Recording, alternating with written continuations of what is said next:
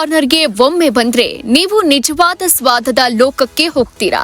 JP Nagar 7th phase, Arakere Lakshmi layout, 3rd cross road. ನಿಮ್ಮ ಮನೆ ಬಾಗಿಲಿಗೆ ಹತ್ತಿರದ south Indian Sanket Brahmin food destination Keshu's corner. ಇಲ್ಲಿನ ವಿಶೇಷತೆ ಏನಂದ್ರೆ ಇಲ್ಲಿ ಸಿಗೋ ಪ್ರತಿಯೊಂದು ತಿಂಡಿಯಲ್ಲೂ ಇದೆ ಪಾರಂಪರೆ, ಶುದ್ಧತೆ ಮತ್ತು ಮನದ ಮಮತೆ. ಕೊಳಕಟ್ಟೆ ಹಬ್ಬದ ರುಚಿ ಇಂದಿನ ದಿನದಿಂದಲೇ. ನುಚ್ಚಿನುಂಡೆ ರುಚಿ ಡಬಲ್. ಸೋರೆಕಾಯಿ ಇಡ್ಲಿ ತುಷಾವಿಗೆ ಹಬ್ಬದ ಊಟದ ಸ್ಮರಣೆ ಪ್ರತಿದಿನ. ರಾಗಿ ಹಾಲ್ಬಾಯ್ ಒಳ್ಳೆ ಆರೋಗ್ಯ ಮತ್ತು ಸಿಹಿಯ ಪರಿಮಳ. ಗಸಗಸೆ ಪಾಯಸ ಸುಗಂಧದ ಸಿಹಿ, ಮನಸ್ಸಿಗೆ ಆರಾಮ್. ಆಂಬೊಡೆ ಕ್ರಿಸ್ಟಿ ಟೇಸ್ಟಿ ಮತ್ತು ಹಬ್ಬದ ರುಚಿ. ಇಲ್ಲಿ ಸಿಗೋ ಪ್ರತಿಯೊಂದು ತಿಂಡಿಯೂ ತಯಾರಾಗುತ್ತೆ ಹಾಲಿನ ತುಪ್ಪ, ನೆಲಗಡಲೆ ಎಣ್ಣೆ ಬಳಸಿ.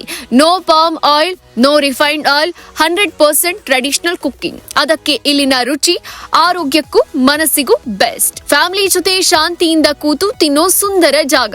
ಕಿಡ್ಸ್ ಇಂದ ಸೀನಿಯರ್ ಸಿಟಿಸನ್ಸ್ ತನಕ ಎಲ್ಲರಿಗೂ ಪರ್ಫೆಕ್ಟ್ ಪ್ಲೇಸ್. ನಾನಿವತ್ತು ಸ್ವೀಟ್ ಟ್ರೈ ಮಾಡಿದೆ, ಅವ್ರದ್ದು ರಾಗಿ ಹಾಲ್ಬಾಯ್ ಟ್ರೈ ಮಾಡಿದೆ. ಆಮೇಲೆ ಕೊಲ್ಕಟ್ಟೆ ಟ್ರೈ ಮಾಡಿದೆ. ಮತ್ತೆ ಪುಡಿ ಶಾವಿಗೆ ಅಂತ ಕೊಟ್ರು. ಕಾಫಿ ಕುಡಿದ್ವಿ, ತುಂಬಾ ಚೆನ್ನಾಗಿತ್ತು ಸರ್. ಒಂದಕ್ಕಿಂತ ಒಂದು ಬಹಳ ರುಚಿಯಾಗಿತ್ತು. ನಿಮ್ಗೆ ಕಾಣಿಸ್ತಾ ಇದೆ ಅನ್ಸುತ್ತೆ ಇಲ್ಲೆಲ್ಲ ಏನೇನು ಐಟಮ್ಸ್ ಇದೆ. ಇದೆಲ್ಲ high protein food. Okay, so ಈ ತರ ಎಲ್ಲ ಅಡಿಗೆಗಳು ಅಥವಾ ತಿಂಡಿಗಳು ನಿಮ್ಗೆ ಬೇರೆ ಕಡೆ ಅಷ್ಟು ಸಿಗೋದಿಲ್ಲ.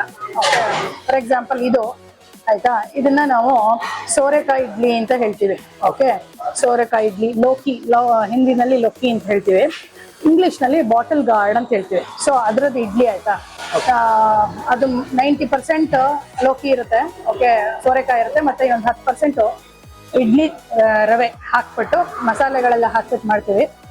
ತುಂಬಾ ನಿಮಗೆ ಗೊತ್ತು, ಫೀಮೇಲ್ ಫ್ರೆಂಡ್ಲಿ ವೆಜಿಟಬಲ್ ಸೋರೆಕಾಯಿ ಆಯ್ತಾ.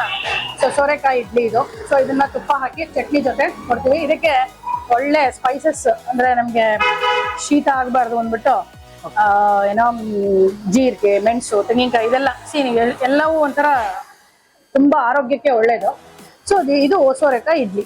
ನೆಕ್ಸ್ಟ್ ನೀವು ಇಲ್ಲಿ ಬಂದ್ರೆ ನೀವು ನೋಡ್ತಾ ಇದ್ದೀರಾ, ಇದು ನುಚ್ಚಿನ ಉಂಡೆ ಅಂತ ಹೇಳ್ಬಿಟ್ಟು. ಓಕೆ, ನಿಮ್ಗೆ ಗೊತ್ತು, ಹೆಸರೇ ಹೇಳ್ತಾ ಇದೆ, ನುಚ್ಚಿನ ಉಂಡೆ. ನುಚ್ಚು ಅಂದ್ರೆ ಹಿಂದಿನ ಕಾಲದಿಂದಲೆಲ್ಲ ಹಾರ್ವೆಸ್ಟಿಂಗ್ ಎಲ್ಲ ಮುಗಿದು ಎಲ್ಲ ಮನೆಗೆಲ್ಲ ಬೇಳೆ ಕಾಳುಗಳನ್ನ ತಂದ ಮೇಲೆ ಅದನ್ನ ನಾವು ಒಂದ್ರಾಡಿ ಇಡ್ತಾ ಇದ್ವಿ. ಯಾಕಪ್ಪ ಅಂದ್ರೆ ಗಟ್ಟಿ ಎಲ್ಲ ಅದನ್ನು ಪ್ಯಾಕ್ ಮಾಡಿ ಚೀಲದಲ್ಲಿ ಇಡ್ತಿದ್ರು. ಉಳಿದಿದ್ದಂತಹ ಬೇಳೆ ನುಚ್ಚು ಅಂತ ಹೇಳ್ತಾರೆ. ಅದನ್ನೆಲ್ಲದನ್ನೂ ನೆನೆಸಿ ಆಯ್ತಾ, ರುಬ್ಬಿ ಅದಕ್ಕೆ ಮಸಾಲೆಗಳನ್ನ ಹಾಕಿ ಸ್ಟೀಮ್ ಮಾಡ್ತಾ ಇದ್ರು. ಯಾಕೆಂದ್ರೆ ಮತ್ತೆ ಎಣ್ಣೆ ಯೂಸ್ ಮಾಡಿದ್ರೆ ಒಂದಿನ ತಿನ್ಬೋದು ಎಣ್ಣೆ. ಅದನ್ನ ಫ್ರೈ ಮಾಡಿದ್ರೆ ನಿಮ್ಗೆ ಅಂಬೋಡೆ ಅಂತ ಗೊತ್ತಿರುತ್ತೆ. ಓಕೆ, ಒಂದಿನ ತಿನ್ಬೋದು, ಎವ್ರಿ ಡೇ ತಿನ್ನಕ್ಕಾಗಲ್ಲ. ಹಾಗಾಗಿ ನುಣ್ಣುಂಡೆ ಅದನ್ನ ರುಬ್ಬಿ ಸ್ಟೀಮ್ ಮಾಡ್ತೀವಿ. ಅದ್ರ ಜೊತೆಗೆ ಮಜ್ಜಿಗೆ ಹುಳಿ ಅಂತ ಆಯ್ತಾ, ಮಜ್ಜಿಗೆ ಹುಳಿ ಡಿಪ್ ಕೊಡ್ತೀವಿ. ಆಕ್ಚುಲಿ ಡಿಪ್ ಹಾಕೊಂಡ್ರೆ ತುಂಬಾ ಚೆನ್ನಾಗಿರುತ್ತೆ. ಮಜ್ಜಿಗೆ ಹುಳಿಗೆ ನಾವು ಬೂದ್ಗುಂಬಳಕಾಯಿ ಯೂಸ್ ಮಾಡ್ತೀವಿ.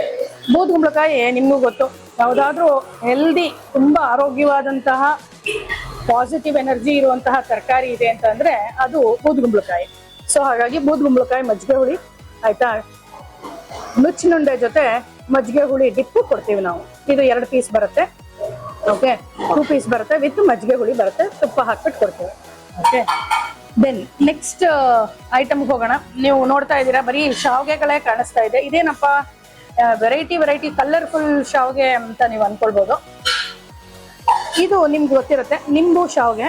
ಓಕೆ, ಇದು ಒತ್ತು ಶಾವ್ಗೆ. ನಮ್ಮ ಪ್ಯಾಕೆಟ್ ಅಲ್ಲಿ ಬರೋ ಶಾವ್ಗೆಗೂ ನಿಮ್ ಶಾವ್ಗೆಗೂ ಏನಪ್ಪಾ ಡಿಫ್ರೆನ್ಸ್ ಅಂತಂದ್ರೆ ಅಂತ ಕೇಳಿದ್ರೆ ನೀವು, ಇದು ಸ್ಟೀಮ್ ಮಾಡಿರೋದು. ಅಂದ್ರೆ ನೀವು ಪ್ಯಾಕೆಟ್ ಬರೋ ಶಾವ್ಗೆಗಳು ಆಲ್ರೆಡಿ ಹೀಟಲ್ಲಿ ಮಾಡಿ ಪ್ಯಾಕ್ ಮಾಡಿ ಕಳಿಸಿರ್ತಾರೆ. ನಾವು ಬಿಸಿನೀರಿಗೆ ಹಾಕೋತೀವಿ, ಆಮೇಲೆ ಅದನ್ನ ತೆಗೆದು ರೆಡಿ ಮಾಡ್ಕೋತೀವಿ. ಆದ್ರೆ ಇದು ರಾತ್ರಿ ಅಕ್ಕಿನ ನೆನೆಸಿ ರುಬ್ಬಿ ಬೆಳಗ್ಗೆ ಇಡ್ಲಿ ತರ ಮಾಡ್ಕೊಂಡು ಸ್ಟೀಮ್ ಮಾಡ್ಕೊಂಡು ಡಬಲ್ ಸ್ಟೀಮ್ ಆಗಿ ಆಮೇಲೆ ಒತ್ತಿ ಆಮೇಲೆ ಅದಕ್ಕೆ ನಾವು ಇದನ್ನ ಹಾಕ್ತಿವಿ.